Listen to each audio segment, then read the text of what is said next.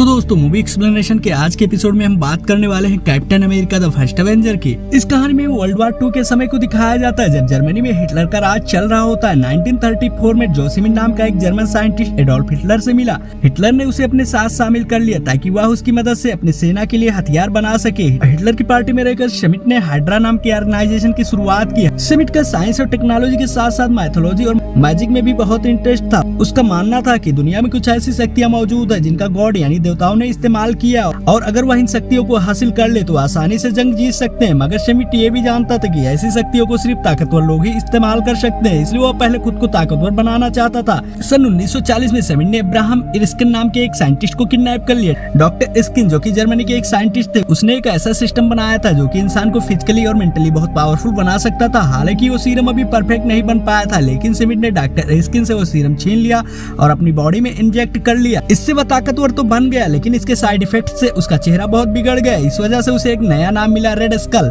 अपने इस भयानक चेहरे को छुपाने के लिए श्मिट ने अपने असली चेहरे जैसा ही एक मास्क लगाना शुरू कर दिया। इसके बाद श्मिट ने नॉर्स माइथोलॉजी की काफी स्टडी की, तब उसे टेसरेक्ट क्यूब के बारे में पता चला जो कि एक पावरफुल इन्फिनिटी स्टोन है। श्मिट ने इन्फिनिटी स्टोन की काफी खोज की और सन 1942 में उसे वो मिल ही गया। सन 1945 में वर्ल्ड वार 2 काफी जोरों पर था। न्यूयॉर्क शहर में स्टीव रोजर्स नाम का एक लड़का मिलिट्री में भर्ती होना चाहता था। स्टीव रोजर्स एक बहुत बड़ा देशभक्त था, लेकिन वो शारीरिक रूप से बहुत कमजोर व बीमार था, इसलिए वो मिलिट्री के टेस्ट में फेल हो जाता था। मगर स्टीव किसी भी हाल में अपने देश के लिए लड़ना चाहता था, इसलिए उसने कई बार मिलिट्री के लिए टेस्ट दिया। ऐसे ही जब एक बार इस बारे में अपने दोस्त को बता रहा होता है, तब डॉक्टर इर्स्किन ने इसकी सारी बातें सुन ली होती है। डॉक्टर इर्स्किन जो कि यूएस गवर्नमेंट के लिए काम कर रहे होते, उसने रोजर्स की देशभक्ति को देखकर उसे मिलिट्री के लिए पास करवा दिया।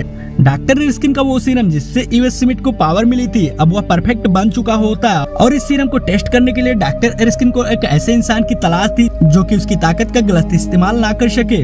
स्टीव रोजर्स की अच्छाई, उनकी मेहनत और उसकी हिम्मत को देखते हुए डॉक्टर इर्स्किन ने उसे सीरम देने का फैसला कर लिया। दूसरी तरफ रेड स्कल ने आर्निम जोलम साइंटिस्ट की मदद से एक ऐसी मशीन तैयार की जो कि टेसरेक्ट क्यूब के पावर्स को स्टोर कर सकती थी और उन्होंने इस एनर्जी से कई सारे खतरनाक हथियार बनाए। और अब श्मिट ने हाइड्रा ब्रांच को हिटलर की पार्टी से अलग कर लिया और उसने हिटलर के खिलाफ बगावत शुरू कर दी। वह पूरी दुनिया पर राज करना चाहता था। और जब रेड स्कल को पता चला कि डॉक्टर इर्स्किन न्यूयॉर्क में और वहाँ की सोल्जर को सुपर सोल्यूशन दे रहे हैं, तो रेड स्कल डॉक्टर इर्स्किन को मारने के लिए एक आदमी को भेजता है और इधर डॉक्टर इर्स्किन ने अपना एक्सपेरिमेंट शुरू किया। और जब रोजर्स की बॉडी में वो सीरम और बीटा रेडिएशन डाला गया तो बिल्कुल सब बदल गया। अब उसकी सारी बीमारियां खत्म हो गई थी और वो बहुत पावरफुल बन चुका होता है। यह प्रोसेस खत्म होते ही हाइड्रा के आदमी ने डॉक्टर इर्स्किन को मार डाला और वह सीरम की आखिरी बोतल लेकर वहाँ से भाग गया। रोजर्स ने भी नई ताकत के बदौलत उस आदमी को पकड़ लिया, लेकिन वो आदमी पूछताछ के डर से सुसाइड कर लिया और वह सीरम की आखिरी बोतल को तोड़ दिया। स्टीव रोजर्स एक सुपर सोल्जर बन गया था, लेकिन मिलिट्री वालों को एक नहीं बल्कि ऐसे कई सोल्जर की जरूरत थी। लेकिन डॉक्टर इर्स्किन और उनका सीरम ना होने की वजह से अब ऐसा नहीं हो सकता था। तो मिलिट्री वाले रोजर्स को वहीं पर छोड़कर चले जाते ताकि साइंटिस्ट उसके ऊपर एक्सपेरिमेंट करके दोबारा से वो सीरम बना सके। और जब तक ये पॉसिबल नहीं हो जाता कि सीरम बन जाएगा, तब तक उसके लिए एक नया काम सौंपा जाता है। उसे कैप्टन अमेरिका नाम देकर उसे अवार्ड बॉन्ड लगाए जाते हैं जिससे कि उनके देश के लिए पैसा इकट्ठा किया जा सके। स्टीव रोजर्स अब कैप्टन अमेरिका के नाम से फेमस सेलिब्रिटी बन चुका होता है, लेकिन उसे इस काम में दिलचस्पी नहीं होती, बल्कि वो मैदान में असली जंग लड़ना चाहता था। एक बार जब स्टीव इटली में एक शो के लिए गया होता है, तब उसे पता चलता है उसका दोस्त हाइड्रा के खिलाफ जंग लड़ने गया था, लेकिन वो वहाँ से लापता है। अपने दोस्त को ढूंढने के लिए स्टीव अकेला ही हाइड्रा के एक अड्डे पे चला जाता है और वह अपने दोस्त के साथ साथ कई सारे लोगों को छुड़वा लेता है। और जब यहाँ पे रेड स्कल अपने टीम को कमजोर होते हुए देखता है, तो खुद ही अपने उस अड्डे को बम से उड़ा देता है ताकि दुश्मनों को खुफिया जानकारी ना मिल सके।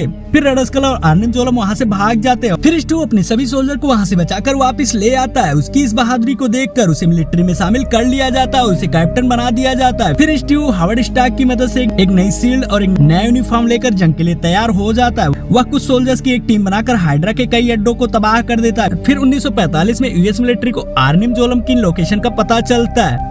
अब कैप्टन उसे पकड़ने के लिए अपनी टीम के साथ एक चलती हुई ट्रेन में पहुंच जाता है। ये लोग डॉक्टर को पकड़ तो लेते हैं, लेकिन बाकी बात ट्रेन से नीचे गिर जाता है। फिर डॉक्टर से पूछताछ करने पर मिलिट्री को ये पता चलता है कि रेड स्कल अमेरिका के कई बड़े शहरों पर बम गिराने वाला है, इसलिए उसे रोकने के लिए स्टीव रोजर्स अपनी टीम के साथ हाइड्रा के हेडक्वार्टर पर पहुंच जाता है। लेकिन रेड स्कल एक प्लेन में बम रखकर और टेसरेक्ट क्यूब लेकर वहाँ से निकल जाता है। उसका पीछा करते हुए कैप्टन उस प्लेन में घुस जाता है। वहाँ पर जब उन दोनों के बीच में लड़ाई होती है, तो वहाँ पे टेसरेक्ट क्यूब का कंटेनर खराब हो जाता है और जब रेड स्कल उस टेसरेक्ट क्यूब को अपने हाथ में लेता है, तो एक वार्म होल के जरिए दूसरे प्लेनेट पर टेलीपोर्ट हो जाता है। रेड स्कल के बुरे इरादों की वजह से उसे उसे एक सांप मिला और वो एक वार्मी नाम के प्लेनेट पर कैद हो जाता है। रेड स्कल के गायब होने के बाद टेसरेक क्यूब नीचे गिर जाता है और अब कैप्टन अकेले न्यूक्लियर बॉम्ब से भरे हुए प्लेन में सवार था। उस प्लेन को शहर में उतारना बहुत ही रिस्की था, इसलिए कैप्टन उस प्लेन को सबसे बहुत दूर ले जाकर अंटार्कटिका में उतार देता है। वहाँ उस बर्फीली पहाड़ियों में प्लेन जम जाता है और बम्स काम करना बंद कर देता है, पर प्लेन के साथ कैप्टन अमेरिका भी बर्फ में जम गया होता है। गवर्नमेंट ने उसे ढूंढने की बहुत कोशिश की, पर उन्हें टेसरेक क्यूब तो मिल जाता है, लेकिन स्टीव का कहीं पता नहीं चलता। फिर 66 साल बाद यानी सन 2011 में अंटार्कटिका में कुछ साइंटिस्ट को वहाँ पर प्लेन मिल जाता है और उसके अंदर मिलता है कैप्टन अमेरिका की जमी हुई बॉडी।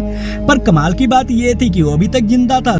सुपर सोल्जर सीरम की वजह से इतने साल बर्फ में जमे रहने के बाद भी ना तो वो मरा और ना ही उसकी उम्र बढ़ी थी। फिर शेड के लोग कैप्टन को संभालने की जिम्मेदारी लेते हैं और वहाँ से उसे ठीक करके एक ऐसे हॉस्पिटल में रखते हैं जहाँ का एनवायरनमेंट सन 1940 के जैसा था, ताकि जब स्टीव को होश आए तो वह नया जमाना देखकर घबराए नहीं। लेकिन जब उसे होश आता तो वो तुरंत समझ जाता है कि वहाँ पर कुछ गड़बड़ है और जब वो वहाँ से बाहर निकलता है वो खुद को एक अलग दुनिया में पाता है। फिर शील्ड के डायरेक्टर निक फ्यूरी स्टीव को बताते हैं कि वो लगभग 70 सालों से होश में नहीं था। मूवी के पोस्ट क्रेडिट सीन में निक फ्यूरी स्टीव से मिलने आते हैं और वहाँ पर वो बोलता है कि दुनिया खतरे में और मुझे कैप्टन अमेरिका की जरूरत है। और फिर हमें द एवेंजर्स की मूवी की एक झलक दिखाई जाती है। तो दोस्तों ये थी कहानी captain America the first Avenger की। तो आपको इस मूवी का एक्सप्लेनेशन कैसा लगा कमेंट करके जरूर बताओ। अगर आपने चैनल को सब्सक्राइब नहीं किया तो प्लीज चैनल को सब्सक्राइब जरूर कर ले।